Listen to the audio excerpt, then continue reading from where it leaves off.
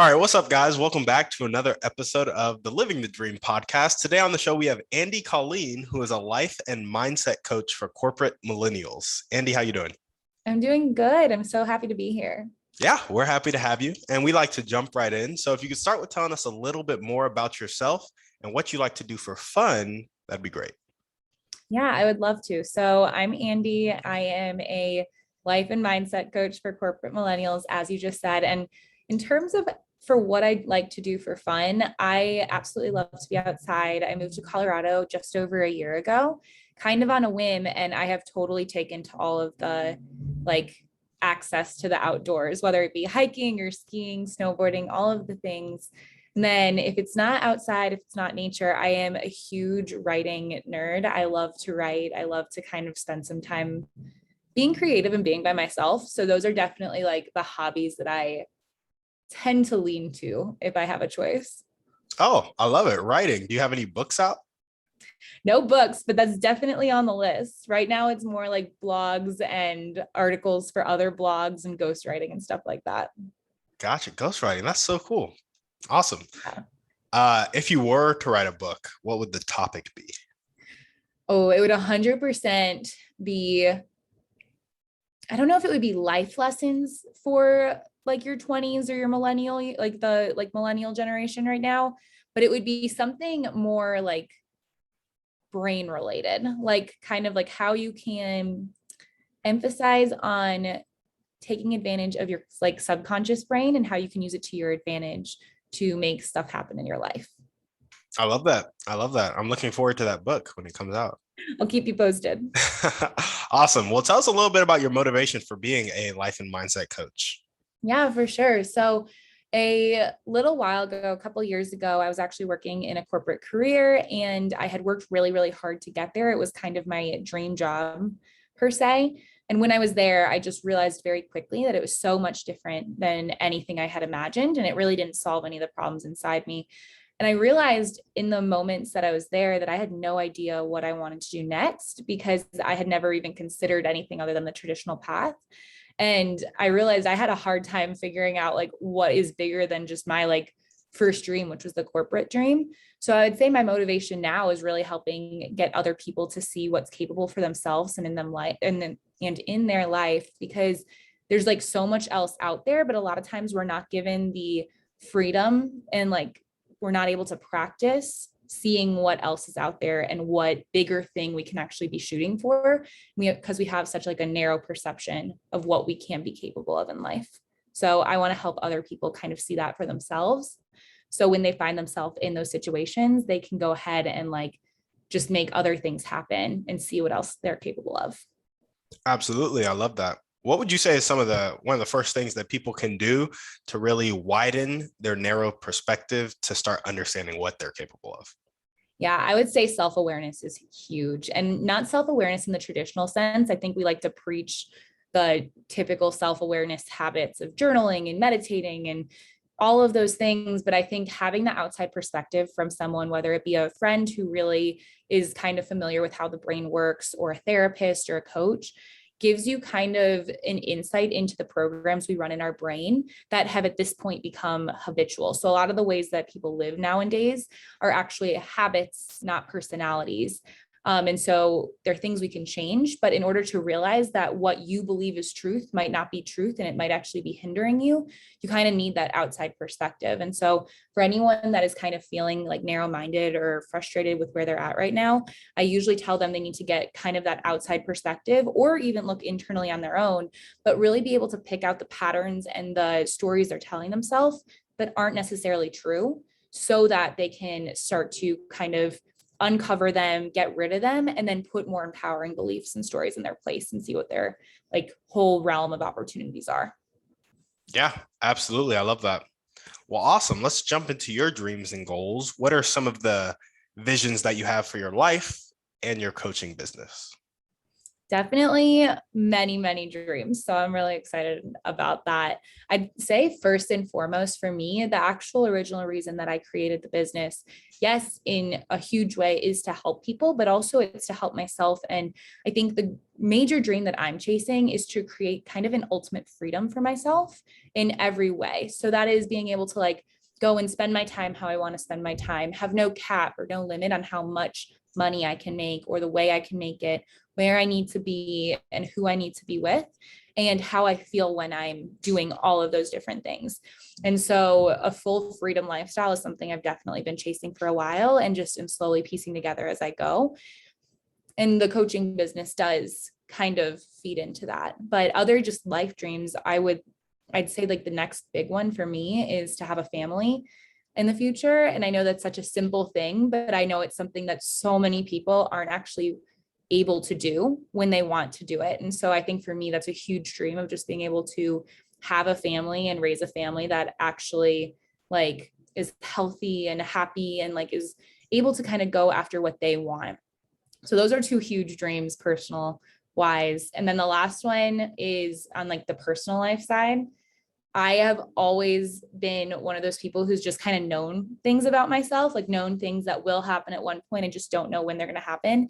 And I'd say the last big one that I've had for probably like 2 decades now is that I really want to go to Argentina and spend an extended period of time there, just living there and experiencing the culture. I've never been to South America, but I have traveled and been lucky enough to travel a lot in my life. And spending an extended period of time in Argentina has been like this weird like country that has always just stuck out to me since I can remember. And so I would love to spend an extended amount of time there. So on the personal life side, it's definitely chasing that kind of freedom, family, travel, all of those things, which to me sounds so exciting. Yeah, absolutely. I love that. I love that. And on the business side, I believe I saw something about a bakery.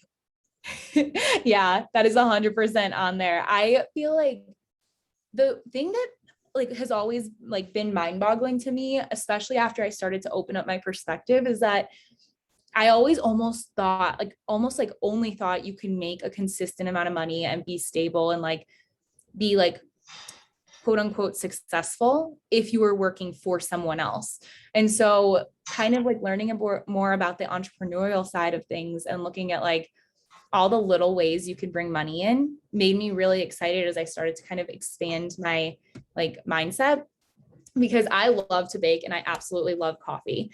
And so I really hope that at one point in my life, the dream that I want to have is that one of my sources of income is having a bakery with coffee from around the world and like sourcing that coffee from local coffee producers for the different countries that I have been to. So like a lot of the countries that we go to, different, like coffee is a pretty common thing, like all over the world, which is really cool. And a lot of the different countries serve coffee in different ways. So where Italy is known for like an espresso and that kind of grind, in Vietnam, they have like a Vietnamese type of coffee drink, and it's the same for almost everywhere around the world. So I've always wanted to kind of go and collect those coffee drinks and the beans from different like smaller sources, and then create like a bakery and coffee shop of sorts and kind of have it be my passion project. So definitely part business, but like 100% passion as well. Yeah, absolutely. I love that. I love that. Are there any other little dreams or goals that you want to mention? Oh yeah, for sure. So I just told you how much I love to write, and I definitely would love to write a book. I'd love to write many books, to be very honest. Writing has become such a therapeutic like source for me, and I feel like it's a skill that I've worked really hard to develop, because I am not, I would say like all of growing up, I was always told you're a math and science person. So I never even tried to write. I would like fail my essays and almost just like knew I would like fail them because I told myself I sucked. And in this like last chapter of my life, I've really learned that I love writing and like kind of been able to develop the skills. So I'd love to write a book or books. I also love personal speaking and public speaking. And so I would love to speak on stages all about the topics of neurolinguistic programming and kind of being able to take control of what's going on in your head and the stories you're telling yourself. And I would say a huge goal in developing the business, the coaching business that I've been working on right now, is to be able to start to bring that information to younger schools and like kind of start to share it with people and like children who are growing up, where they're in that period of their life where that programming and those beliefs that are coming in are actually being developed. So the things that we all struggle with as 20 something, 30 something, 40 something, 50 something year olds and beyond, those are mostly predominantly developed between the ages of 0 to 8. And so I would love to find a way where I can start to go into schools and help kids kind of start to understand that programming on their level, so they can start to do stuff at a very young age that makes sense to them and allows them to not feel the level of stuckness that a lot of us feel when we start to enter into like the real world and kind of feel lost and not like knowing what we want to do. Yeah, absolutely. I love that. So writing books, some of which will be about NLP, I'm sure some of which will be about a lot of other things, and then going into schools and actually like working with kids. Now, do you see yourself like teaching a gymnasium full of kids, a classroom full of kids, or would it be more one-on-one interaction?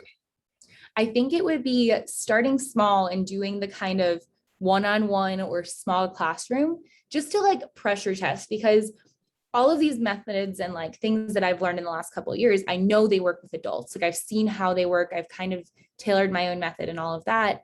But when it comes to kids, kids learn differently. And so I would love to kind of start small and do the same thing where you almost start with one and then a classroom and you see what works, into kind of training other like teachers to start to like learn to put those methods into their classrooms overall. So I know I can't necessarily teach every single kid, but it would be great to kind of start to spread those lessons, not only to like the kids, but to the adults that teach the kids. So it just becomes a little bit more ingrained and intuitive in our culture.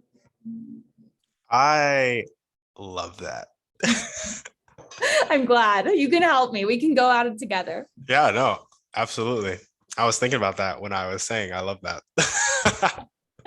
I'll make sure I hit you up. Don't worry. Sounds good. Sounds good. Any other dreams or goals that you want to throw out there for us? Oh, I think those are the big hitters. Those are the ones that mean a lot to me. I mean, of course, I want a dog and I want to travel and I want to do a lot of other little things, but those are definitely those goals and dreams that I feel like I have been chasing and starting to develop for a while at this point. And so they're like the big stars in my life. Sounds good. Love it. Awesome. Well, what really caused you to take that plunge into coaching? Like you were at your corporate job, you were at your dream job. How long were you sitting there in that kind of like dissatisfaction with your life? And then what was the thing that like made you go for it? Yeah, I would say it was a little while. It was definitely longer than I care to admit, but a lot less than I know a lot of people suffer in it. I was there for like 2 years before I realized how I could kind of be more empowered while still in the job, because realistically, not all of us should be quitting our jobs just like willy-nilly here. That would not be great. And so I was lucky enough where I think I had gotten to the point in my corporate job while I was still there to realize something was wrong and that I didn't really have to accept what was going on as truth, but know that I was also not at the position to just leave at the drop of the hat. And so I would say it took me about a year after realizing that to kind of get to a good place with myself and get to a good place in the job where the job didn't sway how I felt about my life and what was possible. And I was able to start to kind of develop other things on my own. And it was about another 6 to 8 months after that, that I woke up one day after really like kind of learning a lot about myself, but not knowing that coaching was what I wanted to go into, actually not being very familiar with the coaching industry at all. And just, I had a realization one day. I had like woken up, it was over Christmas break. And I was just like, we had like gotten a week off between Christmas and New Year's for the job I was at.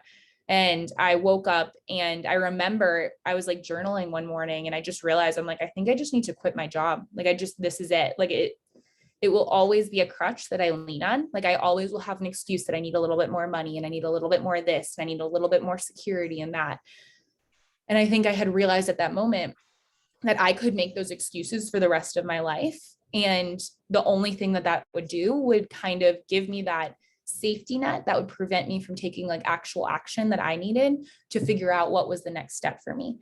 And so in doing that, that was like the first big act of self-trust that I had to walk myself through, because I had to not even convince myself, but just like truly start to believe that no matter what would happen if I quit my job, I could get myself back on a path that was okay if the worst case scenario happened. So worst case being I run out of all my savings and haven't made any money. And if I knew that I can get back into like a good place with that, then there was really no reason I should stay at a career that I couldn't see myself being at in 10 years. Like I kind of felt like that was where I was looking. Like the skills that the people 5 to 10 years in front of me had were just not the way that I wanted to develop my life. They weren't bad ways of developing. They just weren't where I was headed. And so after that, the first day I went back to work, I just put in my 2 weeks with really not a huge plan in front of me other than the trust that I would figure it out, and like had at least a couple months backing to do that. And that was really when I like kind of took that step out of the career. So I was in a good place with my corporate job, knowing that, this isn't my life and this isn't who I am. This is just a part of my life right now that I have control over. And then that next step was the big one where it was like, okay, let's take the plunge. And then coaching came shortly after that. I love that. That's awesome. And I love how you are honest about the fact that it wasn't like immediate and that it's longer than you care to admit, because I'm still in that W-2. Like I have it and it's kind of the baseline for me while I'm getting the podcast up and some coaching stuff that I want to do. And man, it is hard. It's hard and it's humbling. It really hits me in the pride more than anything, where I'm like, yeah. Anyway, so I appreciate you sharing that with us. For sure. There's actually a quote. I don't even know if it's a quote, but there's a concept that I really love. And it's the idea that a lot of times we have to kind of, especially in a more like entrepreneurial path, or really with any dreams that we have to kind of have faith, because a dream by nature is something that we do not know will happen. And so when we're like chasing something and we really feel aligned to it, we kind of have to have like faith that where we're at is going to lead to something better. And a lot of times we like say faith is when we quit the job or we move across the country or we like do the crazy big action. But the concept that I love is that a lot of times the biggest source of faith is staying where you're at, that in like a place that you don't like, and continuing to go in and day out, knowing that and trusting that that's going to lead to where you need to be later on. Because a lot of times we like to glamorize the big sources of faith, or like the sexy ones where you like just quit your job on a whim. But like, that's not what faith always is. A lot of times the biggest source of faith is staying where you're at. And I love that concept because I feel like that's one that I really lived like firsthand. And I think it's one that a lot more people relate to. Yeah, absolutely. I love that. And it's definitely challenging to me because I'm like, I should quit my job right now. But ready. But yeah, no, I've found that for sure. And I do think it's something a lot of people relate to. So thank you for that too. Mm-hmm. Well, awesome. If there were one or two people that you could meet right now, or one or two types of people that you can meet right now that would really help you take the next step towards, let's pick two of your dreams or goals. Say the speaking on stages about NLP and in schools about NLP, and getting you to the point where you can spend that extended time in Argentina. Who would the people be and how would they help? I think when it comes to schools, what I would really love to do is or like the type of person I would really love to meet and get to know, and I think they'd be able to help me a lot, would be someone who's incredibly familiar with how the political side of the school system works. Because I think there is so much red tape when it comes to introducing a concept that's like just genuinely helpful that we aren't always aware of when it comes to just like the normal public. And that's in any industry, not just the school industry. That's just kind of how things work. And I would love to kind of get into the brain or pick the brain of someone who's really familiar with that, who feels aligned with the concepts of NLP and like just like the general motivation of helping children kind of just develop a better lives from them, like, or better foundation for themselves, for their lives, and knows the ins and outs of what can happen, can't happen, and like kind of the ropes that would need to be going around. So I think that would be the first type of person for sure, because those are skills and those are things you can't necessarily research all the time. You almost need the person that has that backing. And then when it comes to a second person, I think something I would absolutely love to do there's been a couple of, so I really started to align with public speaking when I first started to go to churches as more of like an adult. So like I grew up in a church and I grew up rather faithful, but I never actually questioned what my religion meant or what I actually was believing in. I was just by nature a rule follower. So I was like, obviously this is what I believe. In college, I was given kind of a really difficult opportunity to realize and actually critically think about what I believed and what I didn't believe in, like kind of develop religion for myself, which was a really beautiful thing because I started to kind of go to a lot of churches. And this actually helped me because even though I didn't really agree with a lot of the concepts that I would go to, because I was going to a bunch of different places with friends and all of that, I do think that churches develop and a lot of religious organizations develop some really great public speakers who really know how to get a message across and like kind of combine purpose and text and their audience and like just the general way they deliver a message and captivate people and really rope them in. And I think seeing that, I would love to get into kind of the space of talking to some of those public speakers, like the like more church or like religious organization speakers, because the actual way they're crafting and delivering the message is working so strongly for some people. And that way of thinking and that way of speaking is something I would love to be able to start to lace in when I do my public speaking in the future. Gotcha. So is this ideal person somebody who speaks on a public platform like a church or in a church? Yeah, like someone who is familiar with crafting their own message. And like the thing about churches that a lot of things like are a lot of times you don't really see with normal public speakers is a lot of times churches are not like they're putting out a different like message every single week. And so they're like having to like rewrite that in a very condensed period of time. It's not their same little spiel. And every single time those people that like you usually can notice them, they're the people that are like delivering like hitter after hitter after hitter every single week, where it's like clearly working for at least whatever audience they're trying to communicate to. And so I would love to get into the brain of like those actual people who are delivering those messages and developing them week after week, because that in my mind is like a craft. Like that's a skill that they have fine tuned and they have gotten. And I would love to be in that energy and kind of understand it a little bit more. I love that. Do you have any pastors or I don't know the other words for other people who speak in other types of churches? I know I'm not super familiar with it either. But do you have any characters in mind in your head? Yeah, the one that, so I used to live in Washington, D.C. when I was in my corporate job, and his name is Stewart. And he is just an incredible, like I remember going to church there because I was having a really hard time at that career. And I remember like watching him speak, being like, this is insane. Like I've never gone to a church and like really seen someone that captivating. And he started the church out there when I had first gotten to DC. And since then it's grown exponentially. And a lot of that is like testament to how he communicates in my mind. So I would say like he would be probably the primary person that started to like capture me when it came to speaking in churches and all of that. Yeah, for sure.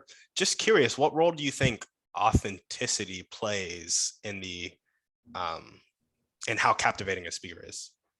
Everything. I think it's absolutely everything. I think that authenticity is also, though, very difficult for people to find because a lot of times when it comes to being authentic, we don't realize we're not being authentic. Like we don't understand who our authentic self is. I don't know if you're familiar with that, but I went through like a major like quarter life crisis, I would say. Like that's I think the best way to put it. When like I like people would ask me what I like to do or like what I liked or like, and I wouldn't have an opinion for myself. Like I didn't realize that I couldn't fully develop opinions that weren't based on the people around me, whether it was to like be more like them or be more different than them. And I think authenticity, like when you really start to learn like who you are and like separate yourself from everything going on, your authenticity actually drives the message and drives what you want to be able to say. And the more authentic you can be and the more you can communicate that, which is a very like, you have to be very brave to do that. You know what I mean? Like you have to really put yourself out there if you're being authentic, because there are people that are by nature not going to agree with you. I think that by doing that though, you really start to show your personality, and that's what kind of hooks people in and really allows people to feel seen and heard and empowered to be themselves too. Yeah, yeah, absolutely. I love that. Have you ever heard that poem by Marianne Williamson? I think is her name, or I don't know if it's a guy or girl. I'm almost positive it's a girl, but it's Our Deepest Fear. I absolutely love that poem. Yes, great poem. And what you just said reminded me a lot of it. So if you guys haven't heard that poem and you're listening to this, make sure to go read it right now. Um, awesome. Well, what is the most important one or two things that everyday people can do to help you take those next steps towards your dreams and goals? To help me or to help them? To help you. Oh, okay. That's a harder one.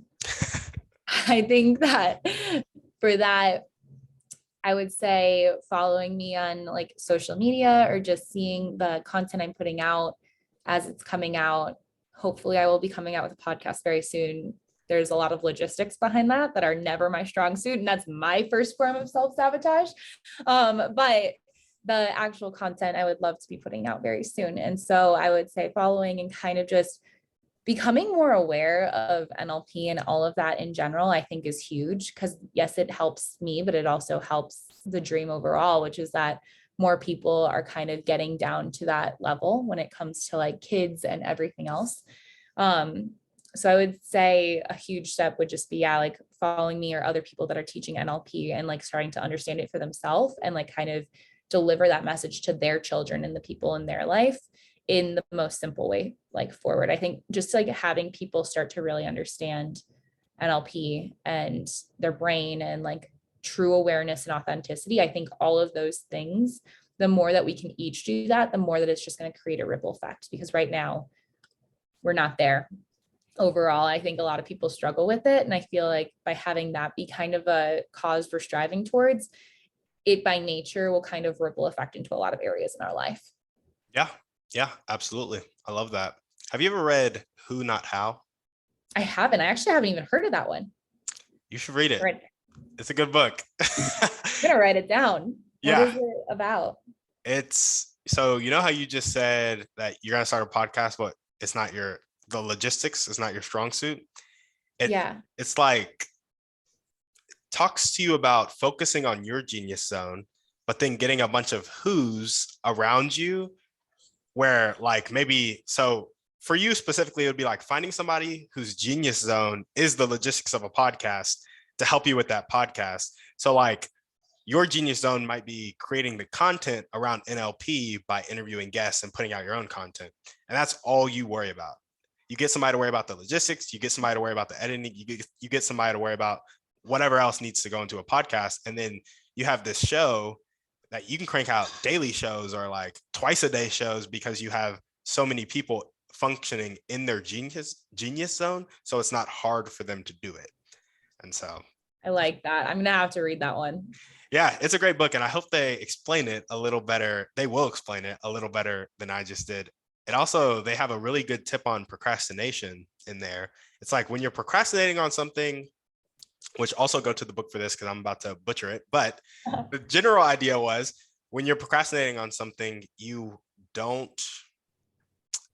there's something inside you that is rejecting doing that activity. And if there's something inside you that's rejecting doing that activity, it's either you don't know how to do it yet, so you're a little scared, or it's just not something you vibe with. Regardless, procrastination can be really good if you take the wisdom from it. And the wisdom you need to take from it is that you need to find a who to fill that activity in your life and either learn from them while you're procrastinating on that. So you get to the point where you're not, or it's something you just hate. And that who helps you out in your journey. And then you become the who for them to help them out in their journey. And then you guys create something beautiful together because you're functioning in your genius zones. I really love that. I've always learned about the procrastination in the form of, yes, you're rejecting something, but how do you fix it? And I love the idea of kind of bringing someone else into it because I haven't thought about it in that way before. Yeah. And that's a bit, so many people, our first thought is, well, how do I do this? How do I do this? How do I do this? Yeah. And if you go to, well, who can I get that already knows how to do this, that loves to do it? It's like things take such a shorter amount of time and they're more effective. Like maybe just kind of releasing that burden on yourself every once in a while. Like you don't always have to do everything. Bring someone else in. I love that.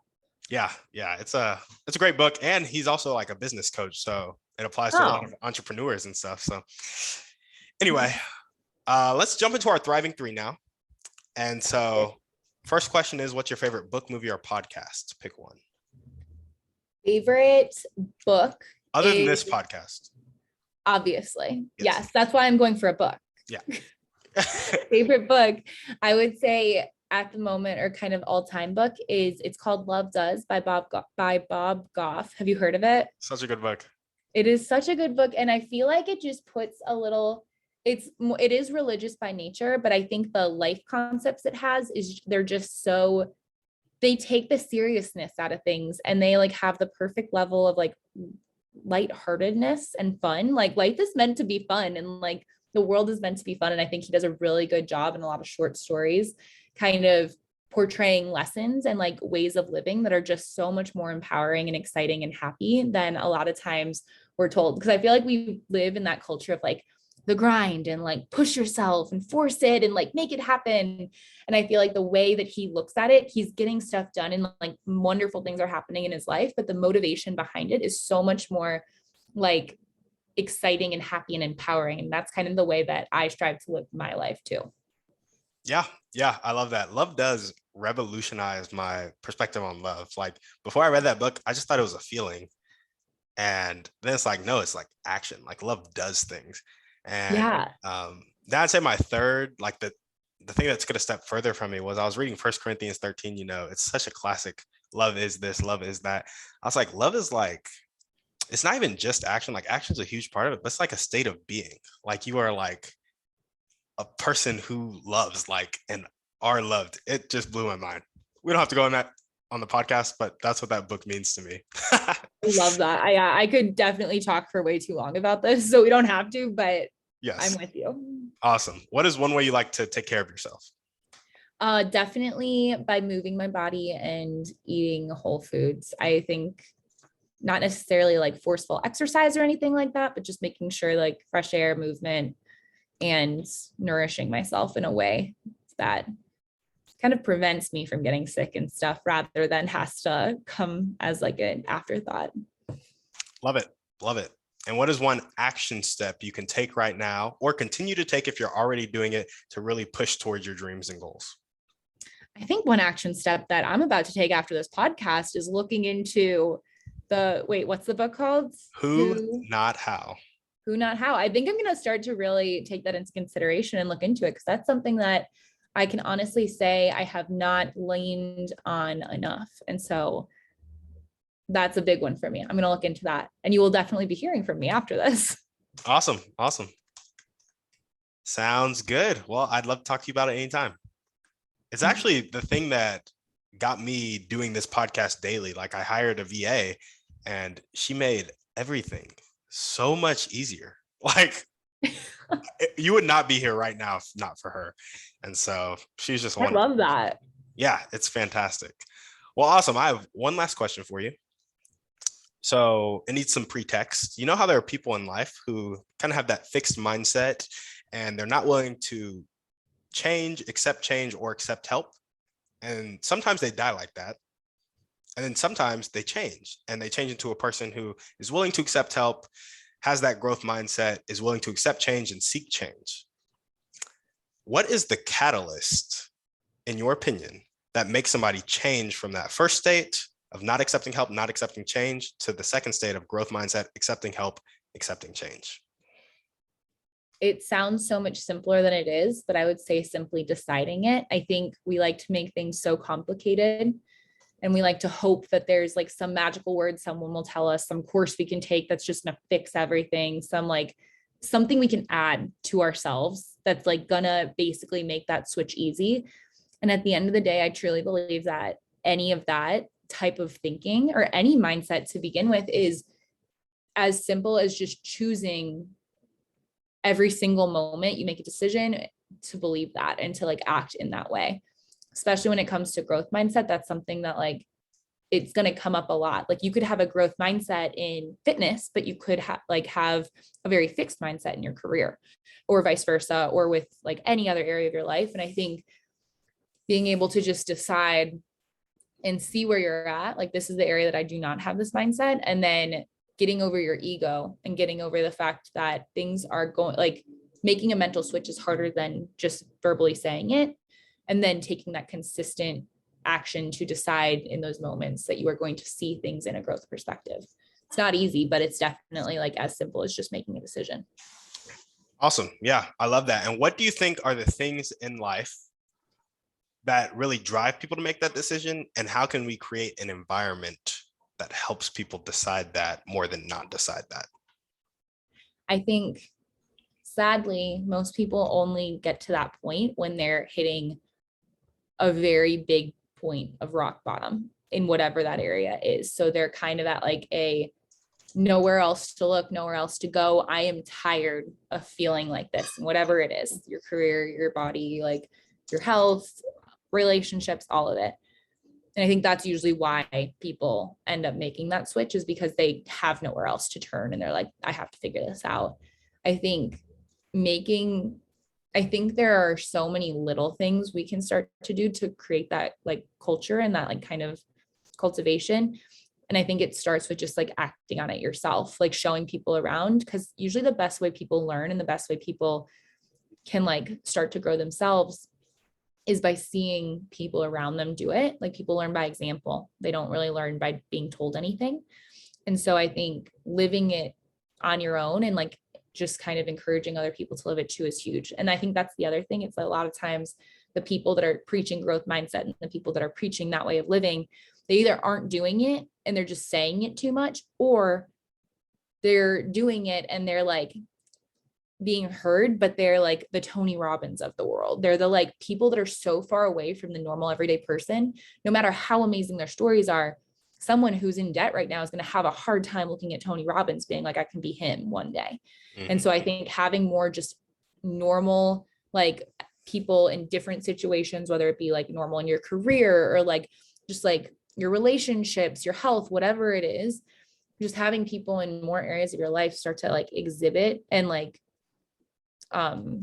embody a growth mindset. That's like the way that I think you can kind of set that up for the most people in the world. Yeah, for sure. No, I love that. Thank you for that insight. My last follow-up question is, you said people hit rock bottom and they make that decision. So what would you say about the people who hit rock bottom and then die at rock bottom? Like, they never make the choice to change. Why do you think they do that? I think that people hit rock bottom and stay at rock bottom because they've been there for so long that becomes habitual. Like, that just becomes who they are. So there's like, when it comes to like your brain and like your mind and all of it, for anyone who doesn't understand it, your conscious brain makes up the things that you're aware of right now.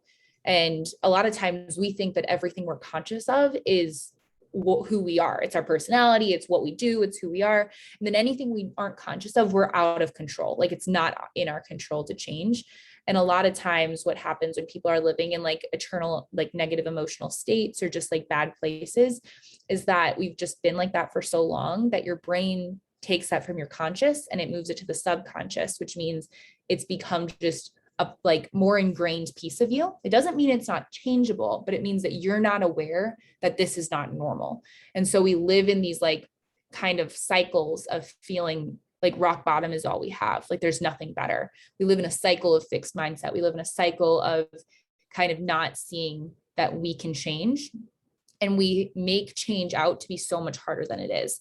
Like, we make it in our brain out to be this big thing because our brain then gets comfortable with it. We get comfortable sitting where we're at, and we don't really want to leave our comfort zone, because in our brain, the comfort zone is safety and it's the known. So leaving rock bottom in your brain's eyes, if you're at a very bad place, is leaving your comfort zone, which is danger, which means your body and your brain don't want to do that. It wants to keep you in a safe, known place.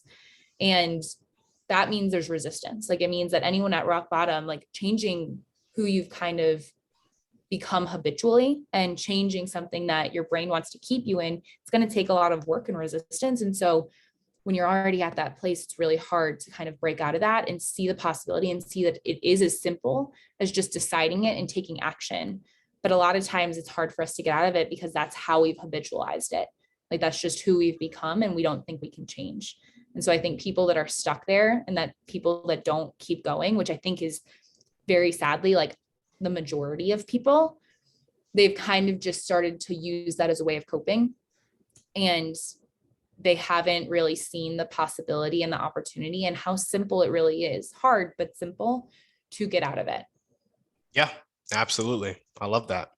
Well, awesome, Andie. Is there anything else you want to talk about before we sign off? Ooh, I don't think so. I feel like this has been so great. I love chat. I love chatting about the brain and like life and dreams and all of these things. So I feel like this is such an ideal way to spend an afternoon. Yeah, I agree. That's why I do it. Good choice. Awesome. Awesome. Well, Andie, thank you so much for coming on the show. We really appreciate it. Thank you for having me. Yeah, of course. And if you guys are listening to this and you loved what Andie had to say, you want to talk with her more, get to know her a bit more, make sure to reach out to her on Instagram, her website. All of that will be in the show notes. Andie, do you have anything else you want to say to them? No, I think that's it. Just definitely, yeah, go follow me. If you have questions on anything, feel free to DM me. I love just chatting with people. And I think a lot of times this information is harder to get our hands on than we realize. And sometimes you just want it to be put in your own words or in your own situation. So please feel free to just send me a DM or let me know what's going on. Sounds good. Also, when you contact her, make sure to bother her about the podcast and the books so that we get to read them and consume her content. Oh, yes. Sounds good. As we always ask you guys, send this episode to 1 or 2 people you know need to hear this message. Shoot us a 5-star review on iTunes, and we're out.